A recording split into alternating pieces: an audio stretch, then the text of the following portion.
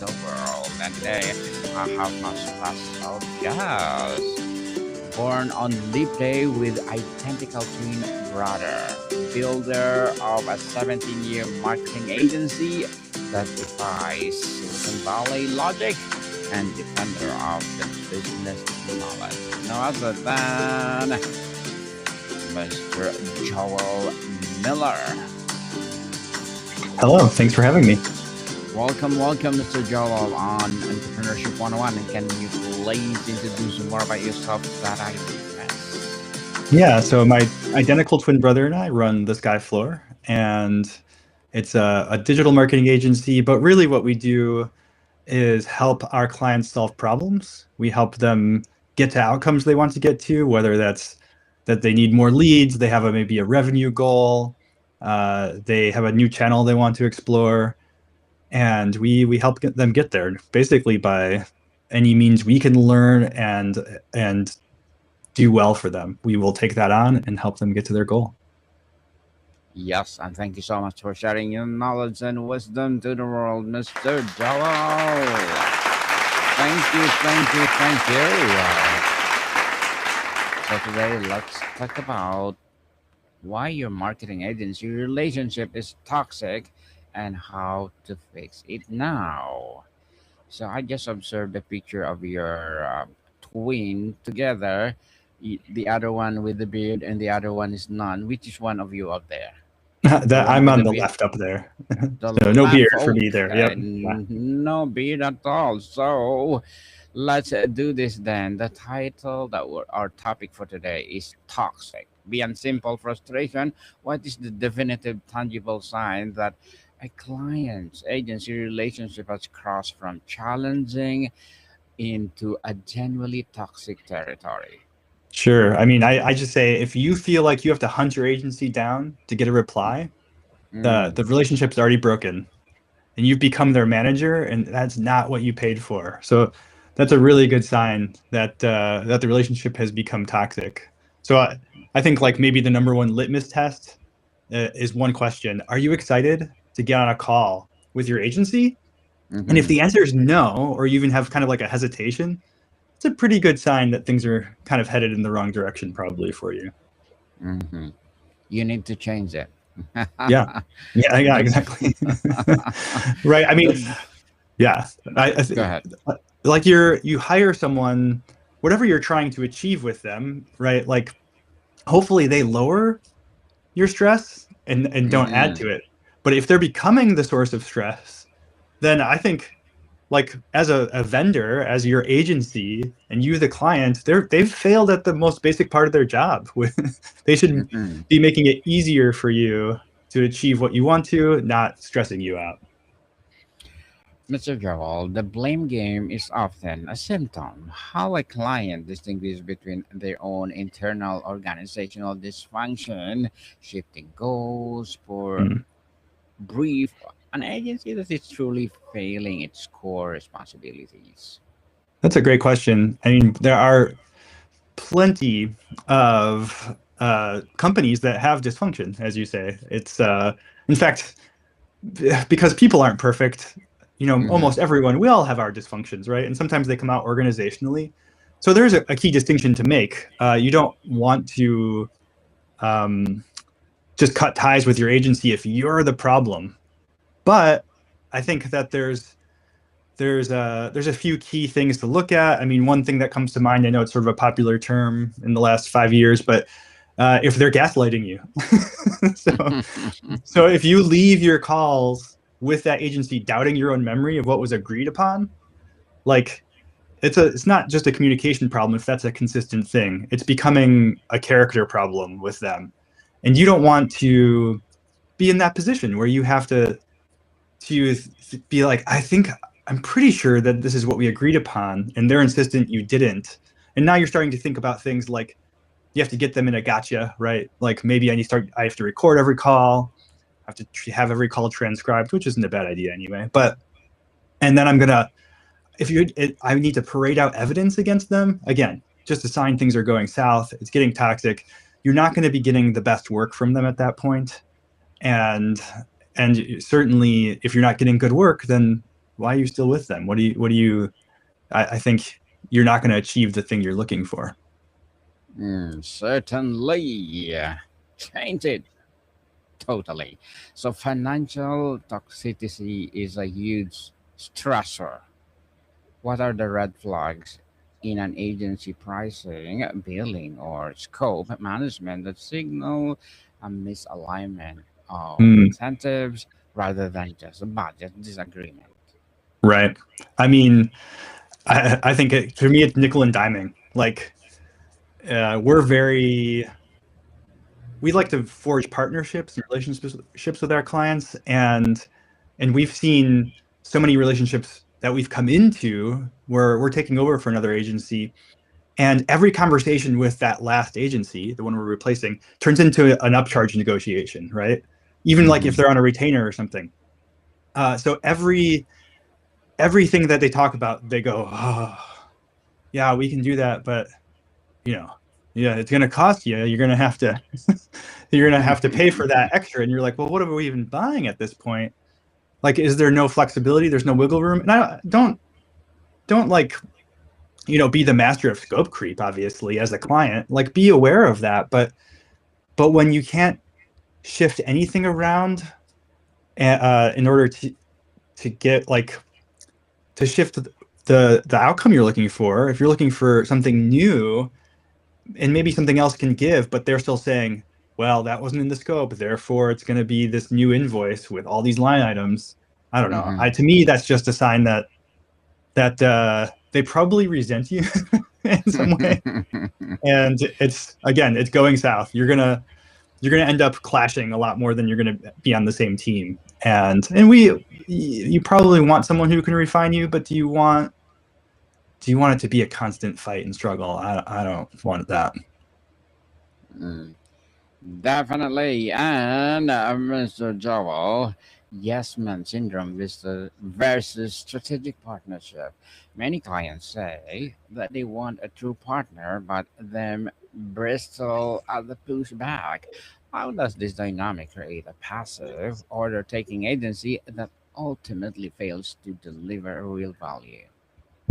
Oh, that's a great notion. I mean, I think there's part of us all that sort of want yes people around us.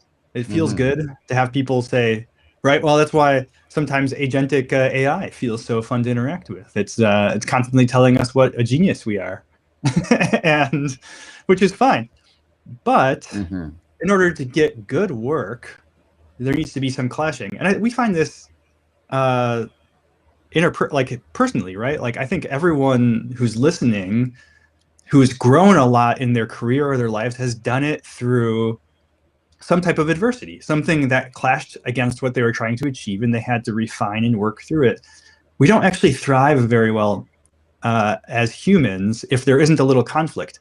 But right, we're talking about toxic relationships, so there's a big difference between a partnership where there's an equal exchange of ideas that sharpens that output, and a toxic relationship where there are things like gaslighting, there are nickel and diming, there's um, I don't know, a big red flag for me is when you get on a call and you hear the person you're talking to complaining about their other clients or other people they interact with. Because if you hear that enough, you start to realize I'm probably one of those people on the next call, right? Like it's not good. We don't. It's You don't want to hear someone you're partnered with and working with gossiping about everyone else they work with or saying Hmm. bad things about them. It just doesn't set a good stage. So there's that balance. You want your agency to give you a good pushback in a way that refines and sharpens your ideas, but you don't want these toxic traits that end up dragging the project down. If you're sort of fearing the next call and you find yourself needing to keep a record of their wrongs, or you feel like they're doing that to you, it might be time to start thinking about a new agency. Beautifully articulated, Mr. Jamal. Let's talk about the chemistry meeting mirage. Relationships often start with optimism, What fundamental misstep in the very beginning during the RFP or onboarding most reliably plants the seed for future toxicity? Hmm. Yeah, I think the place my brain goes immediately with that is what are some healthy signs Yes. first. So Hmm. I think when you're getting kind of that initial conversation going, there should be an openness, even an early willingness to say, here I'm making assumptions, I'm making theories. We're going to test those though together. So hearing that there's sort of an openness to there's a strong idea, you have an idea of how things should go, but there's an openness to being wrong and changing course and bringing that honesty to the relationship. So on the flip side of that, to me, it's a red flag when you talk with someone and they're certain about how everything works. It should be their way, and there's no other way to do it. And that can feel really good. Like I instantly think of an agency we used to partner with. I won't name them, of course, but Hmm. they so we would work alongside them with clients. And one time we were actually on site together at our client's office, and the lead of this other agency walked around and said, "That's wrong. That's wrong. That shouldn't be like that." In their lobby, they're telling them that everything is wrong with it, and honestly, a lot of it was lateral stuff. Like in my view, it maybe it'd just be slightly better, or it would just be different. But they came in with such confidence that everything was wrong and had to be the way they saw it. And I think like that can feel impressive, like because a lot of clients feel like they don't really know what's going on, and they need that voice, that strong voice. But it crosses a line when now there's no other truth and there's no other way to get to success, and that's just not how it is. There's a lot of different roads that can be successful, and we also all need to accept when we are wrong about something. That will happen, and then be honest about that and forge a new way forward. So I think it's those two things. It's an openness. It's seeing on the positive side a partnership is possible, and then on the other side, if you're getting stuff back from the agency you're trying to hire and everything is just so absolutely definitive that you can tell they're going to be hard to work with and there'll be no other way that's possible but their way. Maybe don't hire those guys. So let's talk about the invisible strategic layer. The work gets done, but the client feels the agency is not thinking ahead for their business. Is this the Mm, agency failure to be proactive or the client failure to grant the access and context needed to do so? sure. Yeah. I mean, if it's there is an invisible strategic layer. I mean, we can all just output product, especially these days. I mean, it's not that hard, or it doesn't take that long to necessarily come up with really good creative. Maybe it's not the exact media output that a Claude or a GPT puts out, but you can go to those things and get some good ideas and refine them with the human touch, but just deliver it. But it's not going to be the same if they're not truly on your team. They're not truly thinking, if I were in my client's shoes, this is the agency, how would I change this pitch and this offer so that it really gets out there in a way that reflects who we are? And there are plenty of agencies that are happy to get on a client on a retainer and do the bare minimum outputs and just hope to keep them kind of, maybe they're not super happy, but they're not upset either for as long as possible. And but at the end of the day, you do want that strategic partner who is viewing themselves like a part of your team. If they're asking really good questions, every meeting they try to understand a little bit more about who you are and how you operate. They're pushing you to think about your business in a way that's differentiated from your competitors and to really truly understand those components. Then you can tell those are the markers of that strategic layer coming to life. And And you should see that in the outputs. If you're not getting those things after a while, or they fade off, again, it's not necessarily toxic, but it's worth evaluating and wondering, if I just want to get someone who can just make me stuff, maybe I should just be on Fiverr or Upwork. And maybe I don't need a partner like an agency in that case. Mm, certainly. So you argue that creative brief is the contract for success. What are the essential non negotiable elements a client must include in a brief to move from make it pretty to enabling transformative work? I think that this is actually up to the conversation that will happen between an agency and a potential client. So for us, early on at the Sky Floor, when we talk with someone, I'm asking deep level questions to begin with that help us understand what they're actually trying to do and who they really are. And and then it's my guidance of that, I think, that produces a good brief that I'm able to work from. But to me, that's on me as the agency to find those things, to dig them out. I don't necessarily expect, especially with a lot of the way agencies operate, I don't necessarily expect right off the bat for the clients to understand how to put the things they really need to put down for me to understand the work in a way that's truly going to help them. And so Mm, I want to have a conversation about it. When people bring like just the kind of RFP flow to us, okay, here's the doc, here's the things we want, and it's really dry and technical, and they're like, just deliver us a proposal. I'm pretty much passing on those every time over the years because I want to get on a call with you and ask deep questions, sit in some not so awkward, but some silence that can that like draws out a good response. I want to hear something that piques my interest and ask the next 2 or 3 layers, peel back those onion layers to find out what's in the middle of it. And and then I can take those things and really morph it into uh, a creative brief, a project proposal that is going to get us all where we want to go together.